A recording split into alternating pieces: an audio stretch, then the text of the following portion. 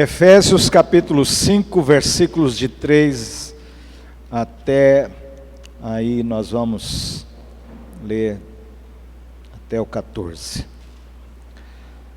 O fruto da luz é as obras das trevas, mas a impudicícia e toda sorte de impurezas ou cobiça nem sequer se nomeia entre vós como convém a santos, nem conversação torpe, nem palavras vãs ou chocarrices, coisas essas inconvenientes, antes pelo contrário, ações de graças. Sabei, pois, isto: nenhum incontinente ou impuro ou avarento, que é idólatra, tem herança no reino de Cristo e de Deus. Ninguém vos engane com palavras vãs, porque por estas coisas vem a ira de Deus sobre os filhos da desobediência. Portanto, não sejais participantes com eles, pois outrora erais trevas, porém agora sois luz no Senhor, andai como filhos da luz. Porque o fruto da luz consiste em toda bondade e justiça e verdade, provando sempre o que é agradável ao Senhor, e não sejais cúmplices nas obras infrutíferas das trevas, antes, porém, reprovai-as. Porque o que eles fazem em oculto, o só referir é vergonha. Mas todas as coisas, quando reprovadas pela luz, se tornam manifestas, porque tudo que se manifesta é luz. Pelo que diz: desperta, ó tu que dormes, levanta-te dentre os mortos e Cristo te iluminará. Amém, amém. Queridos, dias de Paulo, dias em que esses irmãos aqui da cidade de Éfeso estavam vivendo, e porque ele manda essa mensagem, uma mensagem profundamente desafiadora, tem assim um peso por um lado e tem uma glória por outro lado, mas de fato a gente precisa entender o contexto. Ele está falando aqui sobre um desafio, sobre a vida frutífera na luz e a rejeição da vida infrutífera das trevas. Quando ele fala todo esse quadro aqui das pessoas que estão justamente andando nas trevas,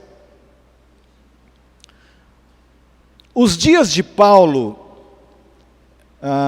no final da vida dele, possivelmente já nesse momento, governava sobre Roma o imperador Nero. Nero foi um dos piores homens, não é, que governaram Roma, o imperador Nero.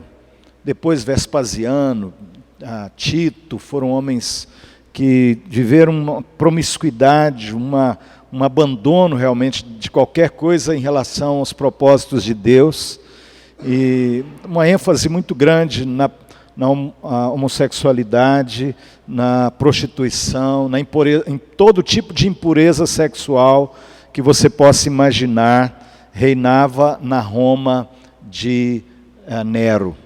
E a tal ponto que havia inclusive derramamento de sangue, sacrifício de crianças, havia realmente cultos promíscuos, coisas inimagináveis, na verdade, coisas inimagináveis. E as pessoas acham hoje, algumas delas, que estão lutando para recuperar os dias que eles chamam os dias gloriosos de Roma, mas em termos de uma ética, de moral e de família, era a ética hedonista. Reinava realmente a ética suprema do prazer, e de um prazer, na linguagem de Freud, né, num prazer em que o id, né, sem freios, qualquer a ideia de limite, de ética, de moral, não havia. E o cristianismo está crescendo e nasce essa igreja. Nós já vimos que a igreja de Éfeso está num dos centros do Império Romano. Estes irmãos, então, eram gregos de uma vida totalmente distante de Deus, e agora o apóstolo está chamando os crentes para terem uma dimensão desta vida, que era uma vida que estava sendo desafiada realmente. O versículo 8, se você... quem tem aí o texto, pode ler comigo. Eu estou aqui com a revista atualizada, se tiver um pouco perto a sua tradução, vai dar certo para a gente ler junto, mas se não der, não tem importância. Versículo 8, pode ler? Pois outrora erais trevas, porém agora sois luz no Senhor. Andai como filhos da luz. Mais uma vez. Pois outrora erais trevas, porém agora sois luz no Senhor. Andai como filhos da luz. Deixa eu dizer uma coisa para vocês. Por outro lado, também, nesses dias, tem um grupo de judeus que não tem registro na Bíblia sobre eles. Nós fomos descobrir a história deste grupo quando, em 1947 para 1948, foram descobertos os documentos de Qumran, esses documentos revelaram a comunidade dos essênios, uma comunidade dos dias de Jesus, que entendia que havia uma guerra entre luz e trevas, o povo das trevas e o povo da luz, como Paulo está dizendo aqui. Mas eles se viam como povo da luz na dimensão de um povo que tinha que abandonar o mundo, e justamente foi o que eles fizeram, criar uma comunidade, uma delas a comunidade de Qumran, e eles viviam totalmente separados do mundo, a tal ponto que nem ao templo dos dias de Jesus, que Jesus ia ao templo, eles não iam nem ao templo, porque eles se julgavam tão santos, se julgavam tão da luz, que o resto tudo era trevas, e eles entendiam que havia essa guerra entre luz e trevas, e o que eles tinham que fazer era justamente se separar totalmente da sociedade e dos próprios outros judeus. Diante disso, como devemos viver? Qual a proposta do Evangelho? O que Paulo está propondo aqui sobre essa dimensão da rejeição da vida infrutífera das trevas para o viver frutífero na luz. Inclusive, essa é a nossa proposição para essa noite. Se você quiser anotar, alguns têm anotado, o nosso tema ou proposição, a proposta para a nossa reflexão: a rejeição da vida infrutífera das trevas para o viver frutífero na luz. Com base principalmente no versículo 8, pois outrora erais trevas, porém agora sois luz no Senhor. Andai como filhos da luz. Então, o primeiro aspecto que nós precisamos olhar para o texto, como é que a gente tem que compreender o que é essa rejeição da vida infrutífera das trevas? O que é essa rejeição da vida infrutífera das trevas? Queridos, deixa eu dizer para vocês, o que o nosso mundo ocidental fez foi isso mesmo. Desde o Renascimento, o mundo ocidental retomou os princípios do mundo greco-romano. E principalmente a ideia dos gregos de que a razão é que deve dominar a ciência e tudo. E por outro lado, em termos de ética, a ética hedonista, a ética do prazer que vem dominando o nosso mundo. A rejeição completa da ética cristã e a ética hedonista que vai dominando realmente o nosso tempo. E quando nós pensamos aqui nesse texto, ele é extremamente atual. Extremamente atual. Qual que é a vida infrutífera das trevas? Observe aí, Paulo diz aí no versículo 3, olhe comigo no texto para a gente deixar a Bíblia, que é Deus falando conosco. Mas a impudicícia e toda sorte de impureza ou cobiça nem sequer se nomeia entre vós, como convém a santos. Essa coisa da impudicícia, toda sorte de impureza, no grego aqui é porneia, onde vem essa palavra feia, né, pornografia, de onde vem os adultérios, prostituições, de onde vem homossexualismo, de vem tudo o que é uma sexualidade fora dos padrões de Deus.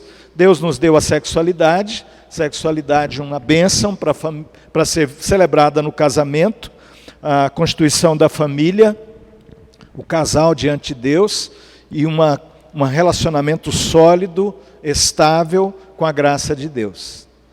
O que o mundo romano está vivendo?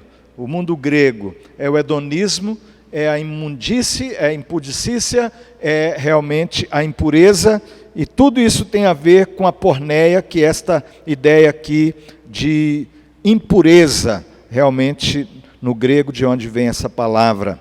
E a cobiça justamente ligado a isso, é essa ganância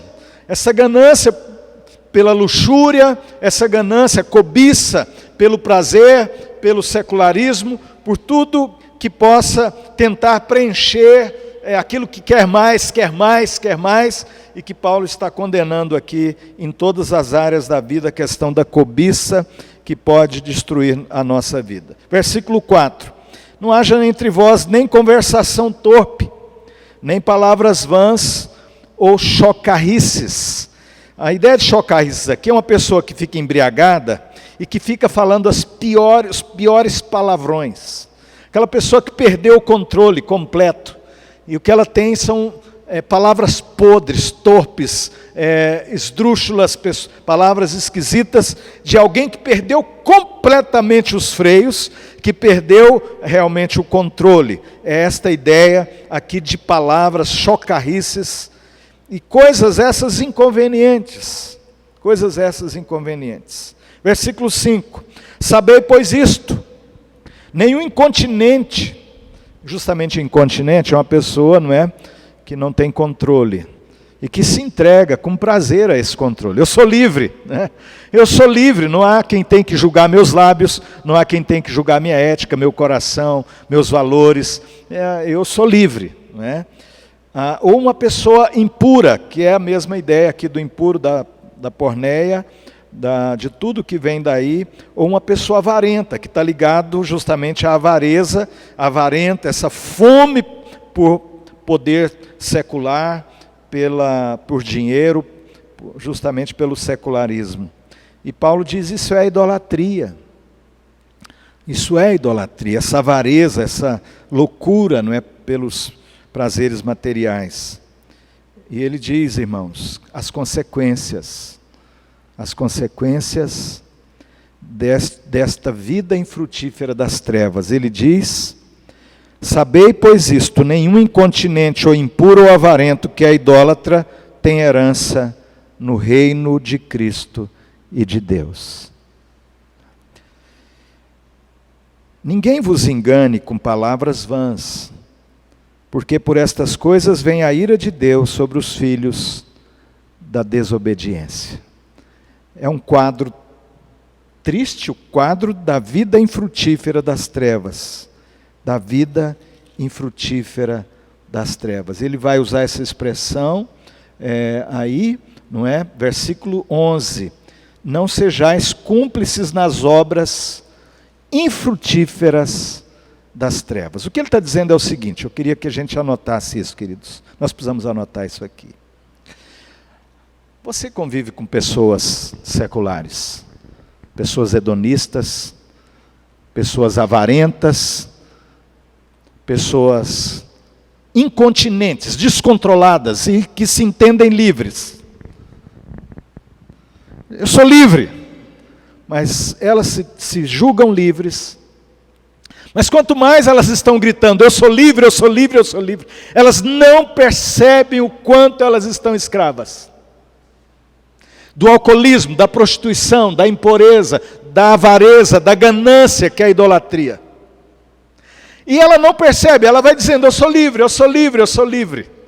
Quando ela não percebe, está destruindo sua família, está destruindo sua ética, está destruindo o que ela construiu, está destruindo alguma coisa que tem ainda de resto de valor na vida dessa pessoa. Ele está falando que é um louco, é uma pessoa que vive numa vida infrutífera, de destruição e sob o juízo de Deus. Mas qual é a vida frutífera? Qual é a vida frutífera da luz que ele nos convida a pensar sobre ela, que é, enfim, acima de tudo o que importa e o que interessa? E ele diz aí, queridos, e é muito lindo que ele nos convida a pensar aqui, a vida frutífera na luz. Nós somos agentes ativos do reino de Deus. Nós somos agentes ativos do reino de Deus.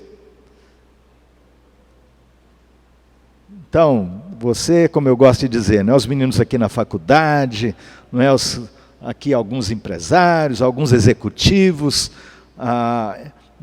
em todas as áreas que estamos aqui, nós somos agentes ativos do reino de Deus. Por isso somos convidados à vida frutífera na luz. Primeiro, a vida frutífera na luz é uma vida de gratidão. Uma vida de gratidão. Deixa eu dizer para vocês, Paulo faz um jogo de palavras aqui muito interessante. Ele fala da entropedia, que é justamente esta palavra que ele usa para as chocarrices, para as palavras que uma pessoa embriagada sai a dizer totalmente descontrolado. Palavras, aquelas pessoas que xinga, que maldiz, que fala palavras sujas, feias, são as chocarrices, que é a entropedia. Mas aí quando ele fala aqui para nós, que somos convidados a andar na luz, ele diz, antes pelo contrário, versículo 4, ações de graças. No grego, a Eucaristia. Então, por isso que ele está fazendo um jogo de palavras. Ao invés desta palavra suja, podre, que xinga, que suja, que fala palavrões, ele fala de uma vida cheia de gratidão. O primeiro aspecto da vida frutífera é uma vida cheia de gratidão. O contrário de gratidão é murmuração. O contrário de gratidão é justamente, não é, palavras sujas, questionamentos de Deus, zombar da vida, questionar a vida, questionar Deus. Uma vida de Eucaristia, de gratidão. Interessante que essa palavra foi inclusive usada para a Santa Ceia. Né? A Santa Ceia foi chamada de Eucaristia porque seria um momento de ação de graças pelo perdão de Cristo, pelo amor de Cristo, pelo pão que foi partido, pelo sangue que foi vertido. A gente então processa nesse ato de gratidão que é Eucaristia, que é uma vida de gratidão. Uma vida de gratidão. Dizer para você, querido, isso é uma vida frutífera na luz.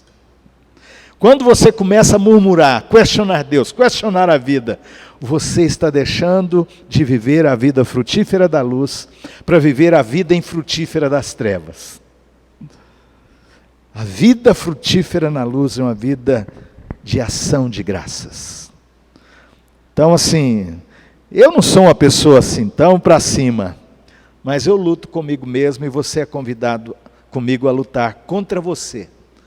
Tem gente que, por outro lado, eu, graças a Deus, realmente o Senhor também mudou esse negócio de ser uma pessoa pessimista. Eu não sou tão para cima como às vezes eu gostaria de ser.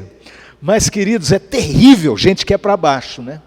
Gente que acorda porque tem um monte de coisa para enfrentar. Mas o sol está quente, a chuva está chovendo, tem que fazer o quê, né? Então, uma pessoa pessimista, terrível. Uma pessoa que tem gratidão, Senhor, obrigado. O Senhor me deu vida. Né?